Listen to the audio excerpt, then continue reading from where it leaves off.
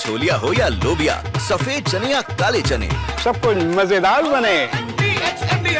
3 घंटे की मीटिंग के बाद ट्रंप ने कहा कोई डील नहीं हुई है। यह ट्रंप ने खुद कहा। ट्रंप ने कहा कोई समझौता तभी जब वो अंतिम रूप लेगा। प्रेसिडेंट पुतिन बोले रूस की सुरक्षा सबसे जरूरी। पुतिन ने अगली बैठक मॉस्को में करने की बात भी कही ज्वाइंट प्रेस कॉन्फ्रेंस के दौरान।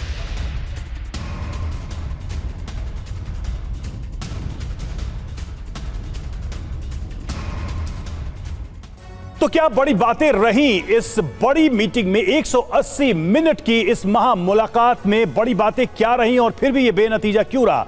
चलते हैं करुणा के पास ये जानने के लिए। बिल्कुल रवि, तो 180 मिनट मुलाकात हुई है दोनों शीर्ष नेताओं की, यानी 3 घंटे। क्या हुआ है, क्या कहा गया और क्या नहीं कहा गया, यह सब फटाफट बता देते हैं। व्लादिमीर पुतिन और डोनाल्ड ट्रंप की मुलाकात। पहले अगर व्लादिमीर पुतिन की बात करें, यह व्यक्तिगत मुलाकात बहुत जरूरी थी, यह बात कही गई। डोनाल्ड ट्रंप क्या बोल रहे हैं? डील तब तक नहीं जब तक डील ना हो जाए, तब तक मत समझो कि डील कुछ हो पाई है। नेक्स्ट पॉइंट क्या है जो बात कही गई व्लादिमीर पुतिन और डोनाल्ड ट्रंप की तरफ से? फटाफट आपके सामने टीवी स्क्रीन पर। मॉस्को युद्ध खत्म करने के लिए ईमानदार है, यानी कि पूरी ईमानदारी के साथ पुतिन आगे बढ़ रहे हैं। डोनाल्ड ट्रंप ये बोलते हुए नजर आए कि सकारात्मक और अच्छी बातचीत हुई है। उन्होंने ये जरूर कहा, लेकिन अभी तक कहीं से भी सामने नहीं आ रहा है कि क्या बात हुई है। अब देखिए व्लादिमीर पुतिन क्या बोल रहे हैं कि बाइडेन काल में रिश्ते निचले स्तर पर गए। डोनाल्ड ट्रंप बोल रहे हैं देशों के बीच बड़ी बातें सहमति में आई हैं। व्लादिमीर पुतिन क्या बोल रहे हैं? अगली बैठक मॉस्को में होनी चाहिए। तो डोनाल्ड ट्रंप बोल रहे हैं अगली बैठक को लेकर हम उत्साहित हैं। हालांकि उन्होंने अभी हामी नहीं भरी कि वो क्या मॉस्को जाएंगे नहीं जाएंगे। व्लादिमीर पुतिन ये बोल रहे हैं कि रूस और यूक्रेन की एक ही जड़ें हैं। डोनाल्ड ट्रंप क्या बोल रहे हैं?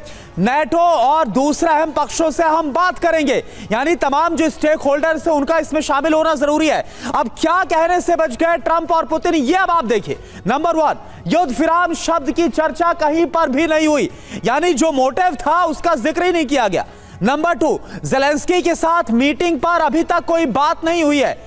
नंबर 3, क्षेत्रीय अदला बदली का भी कोई जिक्र नहीं किया गया है। रवि बिल्कुल, और देखिए जिस तरीके से ये सारी बातें अपने गलकर सामने आ रही है, एक बात तो तय है कि शायद अगली मीटिंग के लिए एक सहमति बनी है जिसका जिक्र भी उन्होंने किया है, लेकिन उसके बीच क्या क्या होगा ये भी बहुत ही दिलचस्प है। बेनतीजा बातचीत को ट्रंप ने सफल बताया है। ट्रंप ने कहा मीटिंग में 10 में 10 नंबर वो देते हैं। तो ट्रंप अपने ही अंदाज में एक बार फिर से नजर आ रहे हैं। मीटिंग से उन्हें भले ही हाथ कुछ न लगा हो, लेकिन नंबर देने में वो फुल मार्क्स दे रहे हैं। इस मीटिंग को 10 आउट ऑफ 10 दे रहे हैं ट्रंप इस बैठक को।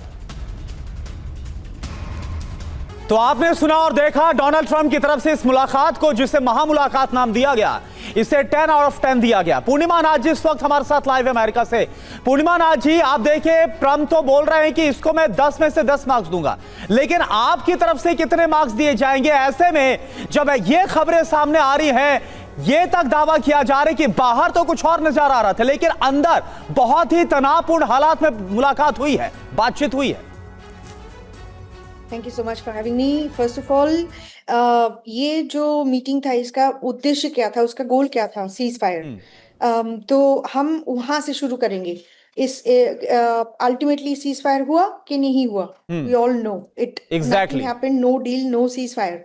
सो गोल अचीव हुआ है कि नहीं है।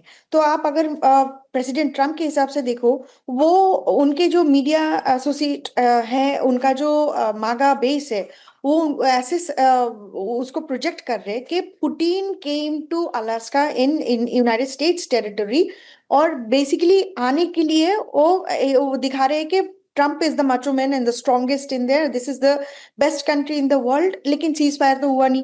अच्छा, अब मैं प्रेसिडेंट पुतिन के बारे में बोलूं, वो जब आ रहे थे, चल रहे थे, उसके ऊपर उनके ऊपर B-2 स्टेल्थ एक फाइटर जेट चलाया गया। उनके जो मागा बेस है उसको बहुत चढ़ा के बोल रहे थे कि देखो हम कितना स्ट्रांग है। पुतिन आ रहे थे, उनके ऊपर हम लोग ये चला दिए। ये क्या इनसिक्योरिटी दिखा रहे थे कि उनका स्ट्रेंथ दिखा रहे थे? अच्छा, अब मैं यहाँ पे बोलूँ, यहाँ पे अब at the end of the 3 hours meeting, जब प्रेस कॉन्फ्रेंस हुआ, आपने भी सुना है पुतिन साहब ने कैसे प्रेस कॉन्फ्रेंस दिया, उनका भाषण क्या था?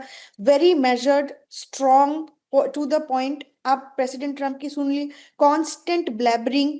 और उन्होंने क्या किया, एक चीज मुझे it was very sharp. President Putin बोलते बोलते उन्होंने व्लादिमीर में कन्वर्ट किया और बार बार व्लादिमीर बोल के उनको एड्रेस कर रहे थे, प्रेसिडेंट पुतिन बोल के एड्रेस नहीं कर रहे थे। तो ये जो था, it was basically A show, A posture of ठीक है। Strength show. ठीक है, लेकिन सवाल यही है कुल मिलाकर के इसे हासिल क्या हुआ ब्रजेश सर? अब बात यह है कि यहां से निकलने के बाद क्या करेंगे ट्रंप, क्या करेंगे पुतिन? क्या यूक्रेन को हथियार मिलते रहेंगे, मदद मिलती रहेगी, रणभूमि में ऐसे ही एक दूसरे पर हमला होता रहेगा और फिर भी हम कहेंगे कि जी शांति की बात चल रही है, अगली मीटिंग में कुछ हो जाएगा? रवि, कोई भी पेचीदा मामला हो, खासकर रशिया और अमेरिका जैसा, वो एक हाई प्रोफाइल मीटिंग कितने भी घंटे चले वो उसमें सुलझ नहीं सकता है। मीटिंग के पहले भी, हालांकि ये पहल तो ट्रंप साहब द्वारा थी, 3 दफ़ा उन्होंने बात किया था फ़ोन पे, लंबी लंबी बातें, और मंजूर उनको अग्री कराया था अलास्का में मिलने का। याद रहे, ये पहली बार है 10 साल में कि कोई अमेरिकन राष्ट्रपति पुतिन से मिल रहा हो। यही एक बहुत बड़ी उपलब्धि कह सकते हैं। दूसरी बात, इनका बातचीत करना, बातचीत चलना 3 घंटे तक, और उसके आखिर में प्रेस संबोधन में कि कोई सवाल न लेना, इसका मतलब it is work in progress. और मैं उसके मामले में पॉजिटिव हूँ। क्यों वर्क इन प्रोग्रेस? क्योंकि जितनी परेशानी यूक्रेनियन को हो रही है युद्ध को लेकर के, उससे कहीं ज़्यादा या उतनी ही परेशानी रशिया को भी हो रही है। उसके अलावा 3-4 और बहुत बड़े बड़े कारण हैं। पहला है, अमेरिका और रशिया के बीच में डिप्लोमेटिक संबंध बहुत कड़वे हैं, बहुत खटास है उसके बीच में। दूसरा, सॉल्ट जो ट्रीटी है, strategic arms limitation treaty, nuclear treaty जो है दोनों के देश के बीच में, वो रिन्यूअल का टाइम आ गया है 6 महीने बाद में। बिल्कुल सर। तीसरा, ट्रिलियंस अमाउंट ऑफ रशिया का पैसा फ्रोजन है अमेरिकन। बिल्कुल, ये एक बहुत बड़ी वजह हो सकती है। तमाम जो प्रतिबंध लगाए गए साल 2022 से लेकर, उसको लेकर भी इकोनॉमी पर एक बड़ा इंपैक्ट रूस पर तो था ही, इससे इंकार नहीं कर सकते। लेकिन आपने एक बात अच्छी कही है कि अब सफर की शुरुआत इस मुलाकात से तो हो गई, लेकिन सवाल यह है इस सफर में आगे जो बड़े बड़े ऑब्स्टेकल रोड़े हैं, यूरोप से लेकर ज़ेलेंस्की, वो कैसे क्रॉस हो पाते हैं, यह देखना होगा। अब छोलिया हो या लोबिया, सफेद चने या काले चने, सब कुछ मजेदार बने।